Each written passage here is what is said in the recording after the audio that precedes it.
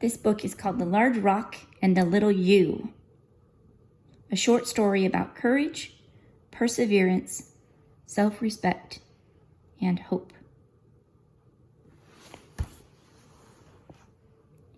Doom. Once upon a time, ever so long ago, a tiny yew tree seed happened to nestle itself quite by accident in the fissure of a large rock. How it got there remains a mystery. Perhaps the wind carried the small seed from a nearby tree to its new resting place. Or perhaps a forest mouse or bird, having found the large rock an ideal place to have lunch, set the seed down to eat its fleshy red pulp, only to have it rolled away out of reach into the rock's hollow. In any case, it doesn't matter how the yew got there. What is important is that it was seemingly trapped and certain for doom.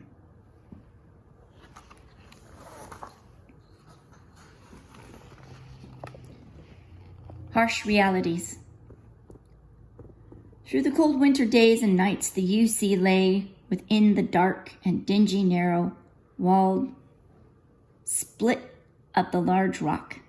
Week upon week passed, and it lay quietly, alone. Its future couldn't possibly be hopeful.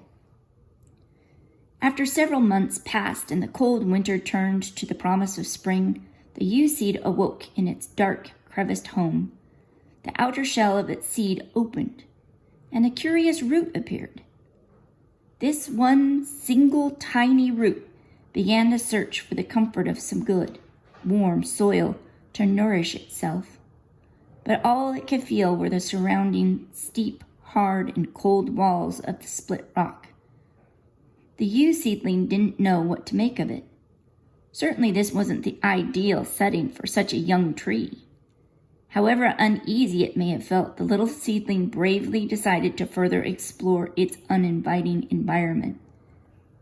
The little seedling extended its root a little deeper along the wall of the rock's fissure and discovered, quite to its delight, a pocket of soil just large enough to sustain it.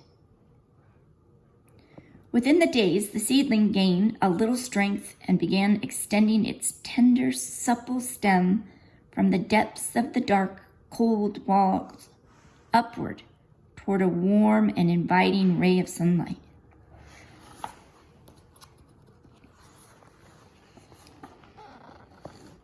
Conflict and struggle. Alas, the little yew thought to itself, if only it could reach that ray of sunlight I so desperately need. With the moisture contained in this pocket of soil, I think I might have a chance to make it.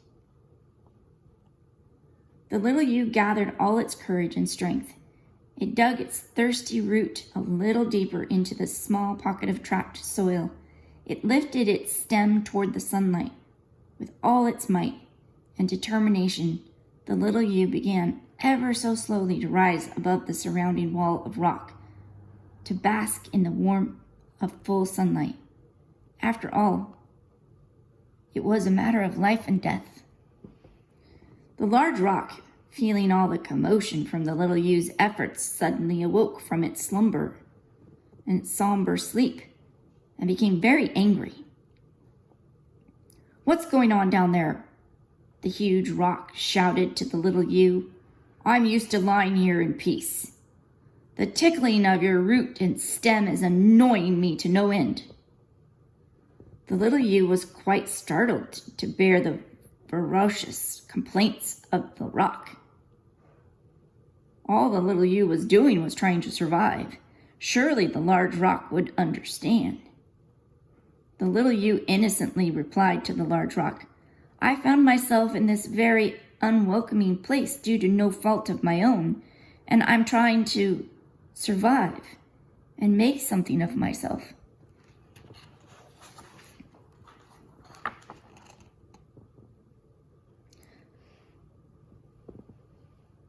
On hearing the little yew's plea,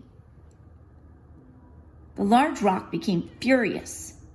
Survive? Survive? Make something of yourself. How dare you have such foolish dreams? Don't you know what awaits you? In a few weeks it will be summer. The sun will beat down upon you. It will get very hot and dry. The only moisture your tiny root will find will be trapped deep within my crevice. You will no doubt shrivel up and die. The large rock suddenly became silent, but only for a few moments. Then it began again. And if by some miracle you make it through the hot, dry summer, even more harsh weather awaits you. Come winter, the cold winds will blow. Drifting snow will cover you up for weeks at a time. You will surely freeze to death. If summer's scorching heat doesn't get you, winter's icy grip surely will. Listen to me. Your challenge is too great.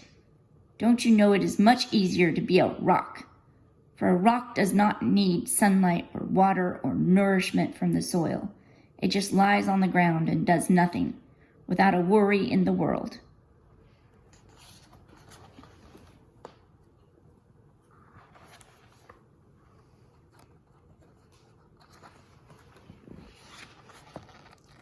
Deliberation. What the large rock had just told the little ewe was all new and very frightening. The little ewe didn't know quite what to make of all that big, grouchy information the rock had put forward, for it had never experienced the extremes of weather. The little ewe again paused and gathered itself, remaining silent for a long time, thinking. Is the large rock right? Have I no chance? It wondered. The little ewe reflected back on its short life and the struggles it had already endured. It seemed that, from what the large rock had said, nothing lay ahead but more struggle. Finally, after seemingly pondering its troubles for hours, the little ewe gathered its courage to reply to the large rock.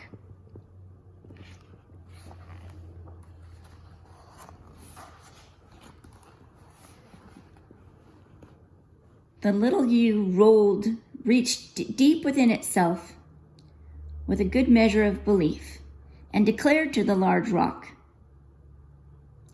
I am unlike the baobab tree. The what tree? The large rock angrily responded. The baobab tree. You know, the upside-down tree, the little ewe softly replied, hoping to calm down the angry large rock. I know of no upside-down tree, the large rock answered, now curious.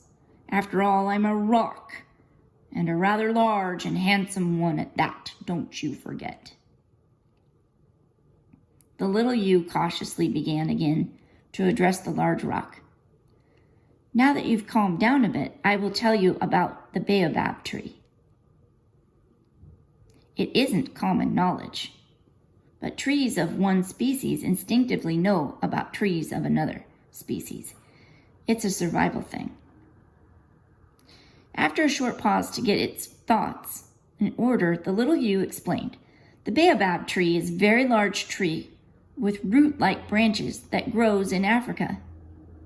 It's often wider than it is tall, and it has a special ability to store huge amounts of water in its cavities of its enormous trunk. To native Africans, it's truly became a tree of life, for they depend on it for water during periods of drought.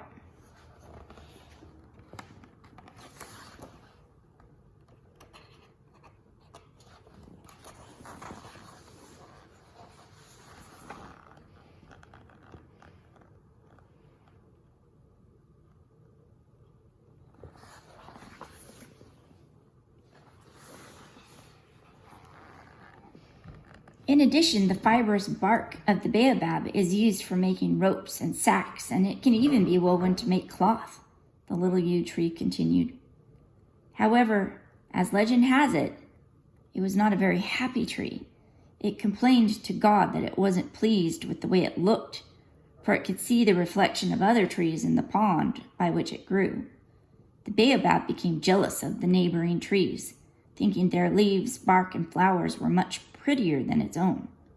The baobab's constant complaints made God very upset. The baobab could not appreciate the fact that God made the baobab a unique tree and placed it to grow by a lovely pond where it could see the reflection of surrounding trees. It would therefore never be lonely and always have plenty of water to drink. And by the way, baobabs soak up lots of water. Finally, after growing very tired of hearing the baobab's endless complaints and with much consideration, God returned to the baobab, picked it up, and replanted it upside down in the earth. The baobab could no longer see its reflection or those of the other trees. The baobab paid a big price to learn an important lesson. "What does this all have to do with your predicament?" the impatient rock interrupted. "I find myself with a yew tree growing out of me, and you ramble on about some tree in Africa growing upside down.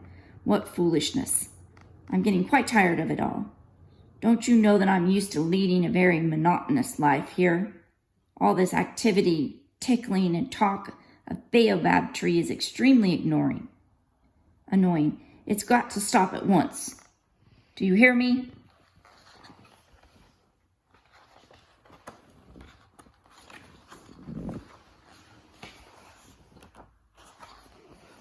Resolve. The little yew didn't know quite how to respond to the angry demands of the impatient large rock. After all, the little yew was just starting out in life and in a predicament not of its choosing or liking. The little yew was scared. Its feelings were hurt. And on top of it all, was forced to deal with a very large, angry rock. Ordinarily, it would be hard enough to make something of itself in life and grow to become a yew of great importance. Here it found itself having to do it from all from what seemed an impossible state of affairs. Of all the places to be starting life's journey, this wasn't anything even close to normal. Understandably, the little yew again became very quiet and gave a seriousness of its plight much thought. Luckily for it, the large rock had calmed down and gone to sleep for the night. In the quiet of that late spring evening, the little yew reflected back to the baobab tree and what it was trying to explain to the large rock before being so rudely interrupted by the rock's angry outburst. Unlike the baobab, the little yew smartly decided that it would be best not to waste valuable time and energy complaining about the situation where it found itself. The baobab was a unique tree with much to be proud of, but couldn't see it. The little yew was determined not to celebrate all of its uniqueness, and wisely use all of the gifts God had given to it.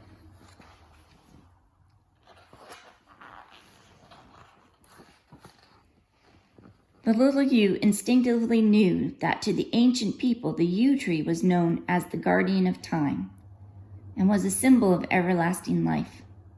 The little yew, however, had even more to be proud of. Recalling the angry large rock's exaggerated warnings of winter's frigid, stinging bite, the little yew felt confident that its evergreen leaves would keep it warm even during winter's coldest nights. The little yew's concerns were fast fading.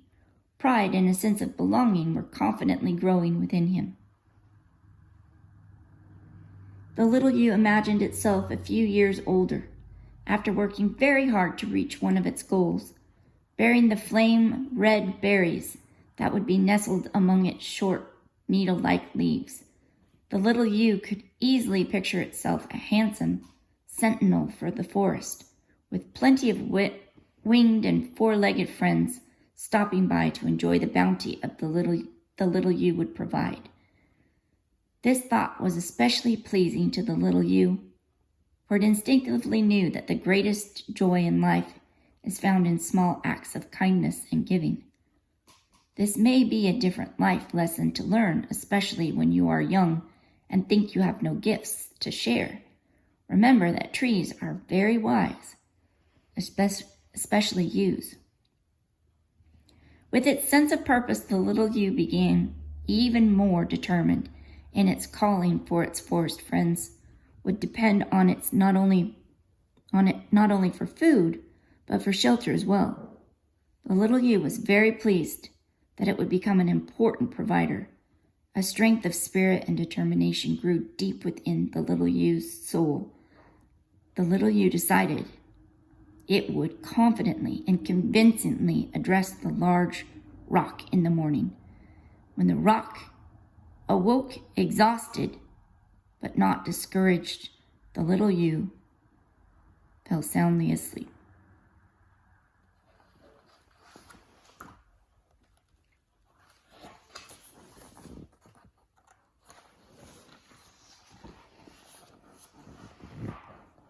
In the early morning, as the sun's warm rays shined upon the large rock and the little yew, the forest came to life again.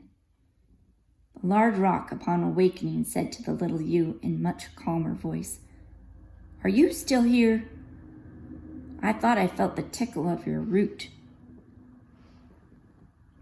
The little yew, with full command, exclaimed, "You're a rock. I'm a tree. Neither of us is going anywhere."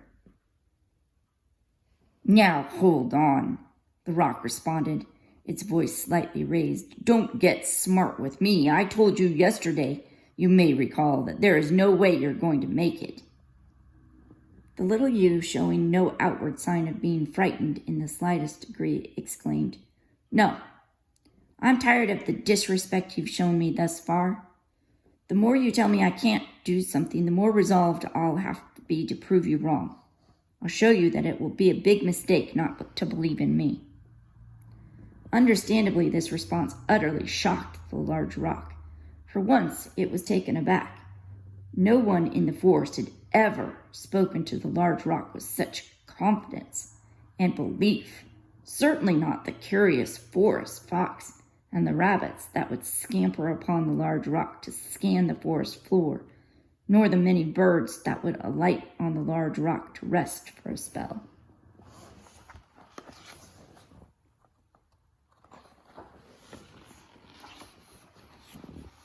Nor would even the large buck with its enormous antlers, nor the chubby brown bear that would occasionally stop by and use the large rock as a scratching post, much to the large rock's dismay, had ever spoken with so much conviction.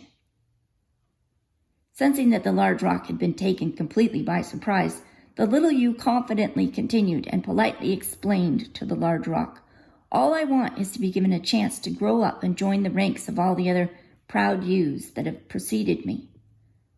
The little yew further explained to the large rock that it would rely on the gifts God had thoughtfully given it. With help from the soil for nourishment, sunlight for energy, and water to quench its thirsty roots, all the little yew wanted was the opportunity to ground itself, to spread its roots into the rich, fertile soil that lay just beyond its reach.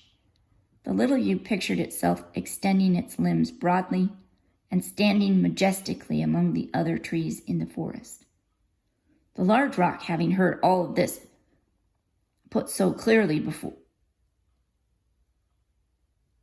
before it gained a great deal of respect for the little yew, for it was apparent that the little yew had much self-respect, as well as respect for all the other important things essential for a happy and healthy life. The large rock assessed the recent developments and rightly thought to itself that it didn't have much of a choice in the matter any longer. The large rock and the little yew made the best of their dilemma and agreed to peacefully coexist. After all, what other logical choice did they have?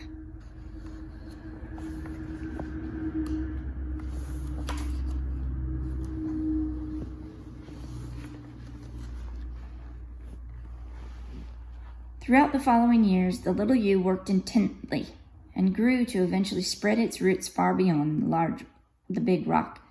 The little yew bravely faced gale-forced winds and blizzard snows and the deep chill of ice and the droughts of many long summers. Year after year, the little yew measured up to the fury of storms, and though sometimes wounded, was able to withstand all that Mother Nature brought upon it. The little yew slowly grew to become the most majestic and respected tree in the forest. And the large rock? The very angry large rock that didn't want anything to do with the little yew? Well, it's now also very famous. For people travel from all over the world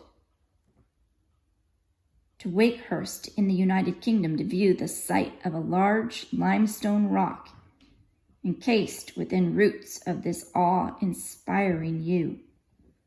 So you see, without the will of the yew tree, the large rock would have remained just another rock in the forest, never to be given a second thought. The yew tree, on the other hand, in a less challenging location, would have grown to be just another tree in the forest. It would never pique one's curiosity to stop and ask, how did this happen? The yew tree grew to become majestic and respected, not in spite of the large, angry rock, but because the added challenge it faced and chose to conquer enabled it to achieve a deep level of self-discovery, courage, perseverance, self-respect, and hope. Isn't it funny how life plays itself out?